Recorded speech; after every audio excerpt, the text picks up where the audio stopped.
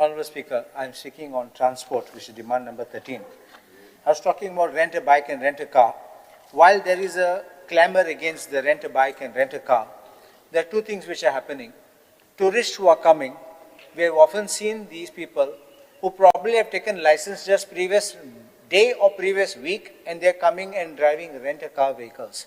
This is something which is very dangerous for us and anybody who is around when they are passing by. They drive at breakneck speed and there is no control over it. My other thing is rent a bike. There are people who are also having rent a bike, which are private bikes which are being operated. Similarly, private cars are being operated as a rent a car. There is one view that we should not increase them. There's another view that we should increase. If you don't increase, people are unemployed. People are not having source of income. Some have bought by taking loans, vehicles, whether two-wheelers or four-wheelers, and they want to earn something out of it. If you deprive them, what happens is when they put up these vehicles in the market and they get caught, sometimes the police know, sometimes the RTO knows, and they get caught, their fines are so high that they cannot pay it. But there are others who are in this business, who have official vehicles and unofficial vehicles, and they are operating, which what I am told, with certain arrangement with these police or with the RTO. This is allowing corruption to go on. I believe that we need to open up the window, because I think from 2022 or 23, there have been no permits being granted, but I think you need to open up for the people, especially our Goan people, who need to have this as a source of income, a legitimate source of income. It will not be something illegal. There's another thing which I've noticed. We are seeing a lot of accidents which are taking place. And, Honourable Speaker, mostly you see the vehicles have turned turtle or they have gone and hit somewhere. Either they could be drunk, either they may be exhausted after having partied so much, but they think they can still drive, and then they come and make these accidents, which are sometimes dangerous for other vehicle passing by, pedestrians, or even people in the middle of the road, because they've even hit poles and pavements on the side or the dividers in the middle.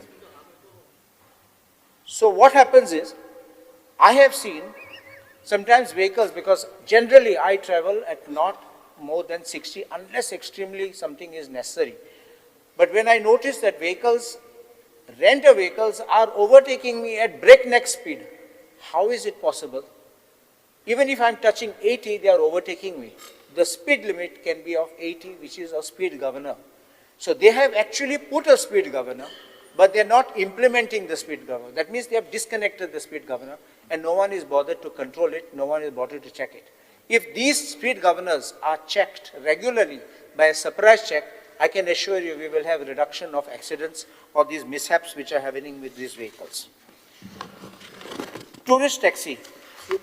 Honourable Speaker, you would remember during the Congress regime, there was a tourist taxi scheme by which subsidy was being given for people who bought a taxi so that they could generate employment. And I think today, permits are being given not for individuals, but sometimes for multiple people of one family. And this is creating a monopoly. And this is causing deprivation of income and livelihood for others. I think this we cannot allow, and this is how this situation has to happen.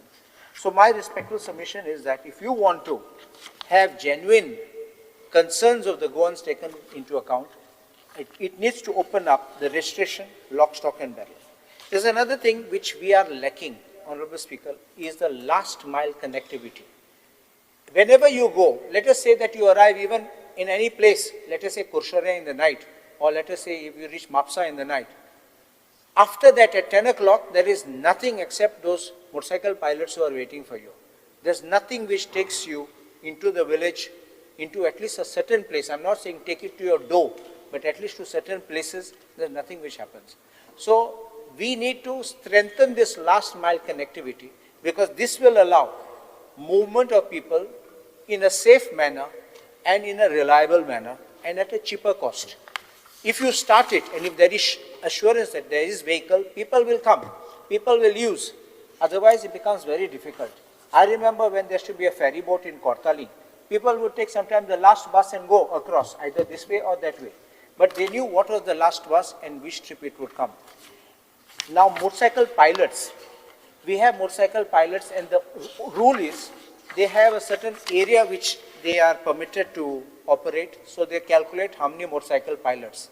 Today, some people in the villages operate motorcycles as motorcycle pilots without actually registering them as motorcycle taxis. Why is that happening? Because they are wanting to register, they are wanting to have that kind of a permit, but they are not getting because of this situation that space is there. Only it allows 4 taxis, motorcycle taxis, or maybe 6, and you can't add it. As you remember, tourist taxis operated from home. They don't have a stand. Actually, they don't have a stand. Yellow black taxis have a stand. So why don't you allow motorcycle pilots to operate from their home? Because motorcycle pilot would be somebody who's my neighbor, someone whom I know, someone whom the people in the ward know, and we can rely safely on it. Unlike an unknown person, I reach the market and I don't know from where he is. So it becomes less. In a village may be different, but when you reach a city, you don't know who is who. And we have had instances of certain motorcycle pilots, especially in Panchayat, misbehaving. And there was even a case where a foreigner was assaulted by a motorcycle pilot, if you remember that snake catcher. And then finally that case went on. But what I'm pointing out is there is a kind of a security which you get if you allow this to happen. As far as... Continue, Mr. Carlos. Hello. No, he says... Please continue. No, that's okay. He'll tell you afterwards. You please continue. KTC buses. Now KTC, my respectful submission, Honorable Speaker, KTC should be wound up. KTC is not doing any good service for us. After implementation of the EV buses, KTC has been just going downhill. We are not getting buses on time. We don't get buses which are being operated. I don't know if the government is aware of it, but Honorable Speaker, I want to just point out, showing one chart.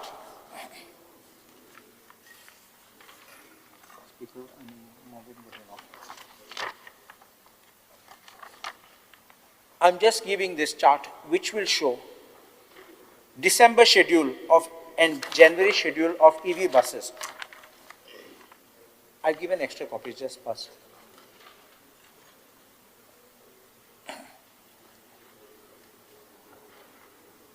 Six, 1612, bus going from Panjim to Mopa. Not operated, 2 trips not operated, reason is lack of vehicle.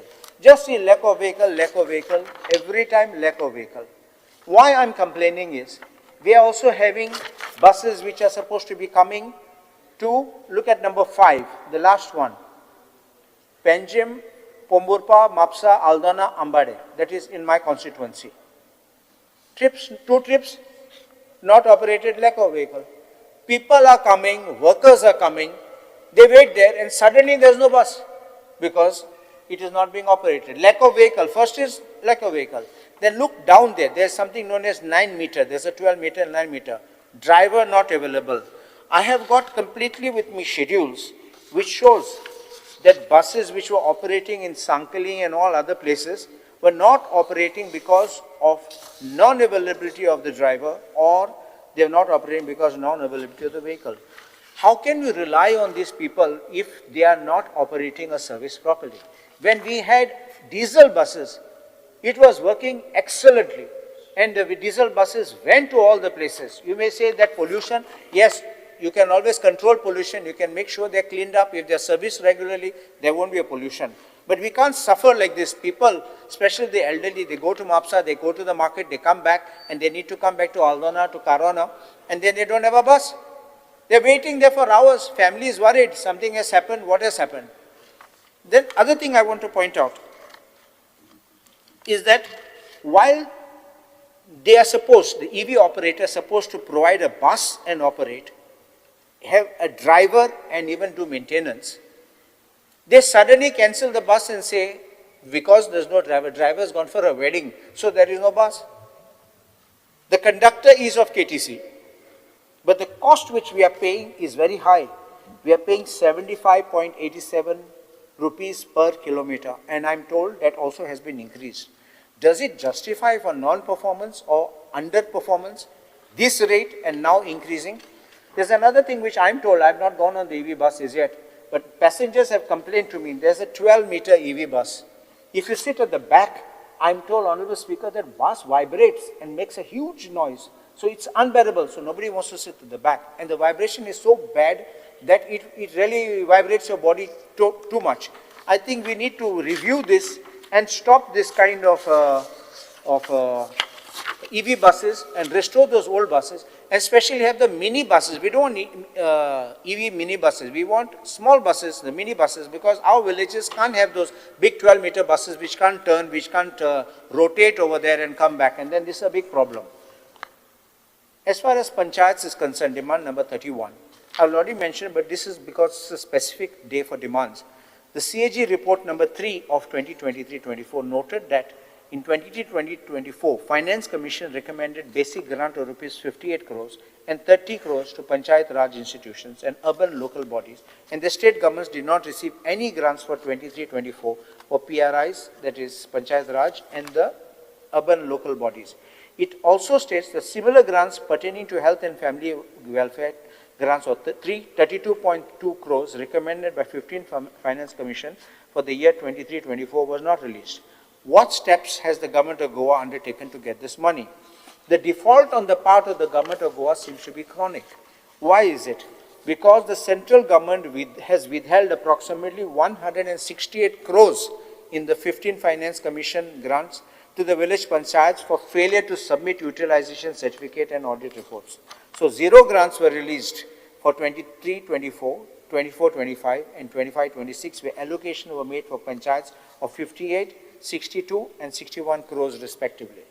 Another thing is garbage grants were stopped for panchayats for 24-25. I don't know, because I have seen that now they seem to be moving to having a platform and having one operator. Now with this confusion of DRS, I think the garbage grants were stopped with an intention of choking the panchayats and saying, you're not doing the work and therefore we need to do it. I think this is some racket going on. The Honorable Minister may not be aware, may be aware, I don't know, but please look into it, because we can't allow the state to suffer because of somebody's machinations. The 16th Finance Commission slashed Panchayat funding by more than 50% for the 5-year period ending 2030-31. Against allocation of 368 crores for rural bodies, they have marked only 74 crores for the next 5 years. This is very bad, and it has to be something administratively wrong, because you should have been able to put up a case, you should have been able to defend, you should have asked for more, you could have got less, but you can't get less than what you got last year. So there is some administrative lapse, and I think you better review this mechanism and see this, because people should not be paid there to sit there, warm the benches, and the state runs in a loss. The entire blame will come on the ministry, and minister will have to answer for it, because finally you are responsible. State Finance Commission, I don't know whether the State Finance Commission now has been appointed, because the term of the previous State Finance Commission has expired. They've already submitted the report and the tenure is over. They submitted a report to the government has placed it before the cabinet, but the government after that has only placed before the House action taken report of items which the cabinet approved. You have to place the entire report with the action taken report before the House in accordance with the provision of the Constitution of India, Article 243(1)(4). That's what is the provision of the Constitution. Why is the government not placing it? Is it an administrative lapse? Is it that the government was not advised about it? Or is it that the government is scared to place that table before the floor of the House? Then the other one is about SBM Gramin scheme. The SBM Gramin scheme, my respectful submission, Honorable Speaker, is another fraud. Another 5 minutes and I'll finish. Is another fraud. Why I say this? Because without assessing the need of the panchayats for what kind of equipment they can take, what kind of equipment they can use, and what finally they end up using, the bulk orders were placed, and orders were placed for baling machines, OWC composter, organic waste shredder, plastic shredder, incinerator, waste segregator, oil barrel at overinflated rates. All you have to do is open the internet and just type it, and you will find in the ordinary market, without even asking for bulk quantity, on ordinary rates, it is even less than what rate the government of Goa has purchased. Someone has played mischief, and there is a great fraud in this purchase, and I think the minister needs to order an inquiry into this to see how it has happened. Also, Machineries which were not needed were sent to Panchayat, some Panchayat sent it back, and this is the way it was going on. Afterwards, it becomes validity is over, guarantees are over, then they will not be serviced. And then what happens? Where is the servicing? They go for replacement. I think we need to stop this kind of thing which is happening.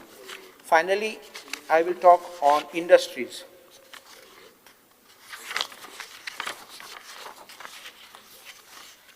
The government should place on the floor of the house what are the industries which have come in, new industry which have come in. It's not someone sold an industry and somebody else came in his place. What are the new industries which have come, whether in industrial estates or other places, which are generating employment for our locals? Finally, industrial estates are being made to generate local employment. But what we are finding is that other companies are coming here and setting up these industries, and they end up in not doing any service for Goans. Our people are totally left in the lurch, and if at all they take them and something happens, they start transferring them out of Goa. I think this kind of thing, government has to come down heavily on them. Yes. Honorable member. Just last I'm finishing. IPB. IPB is also being under the Industries Department. After clearing so many projects, the question comes, how many job employment? I am seeing IPB proposals which are being made by A, getting it cleared, and the project is being sold to B. This is nothing like a brokerage or like a real estate company. So I think we need to stop this kind of project clearance to IPB if it happens like this. If you don't set up your company, withdraw the permissions which you are given. I think we need to stop this once and for all. I'm obliged, Honorable Speaker. तुम्ही पळयतात GNH.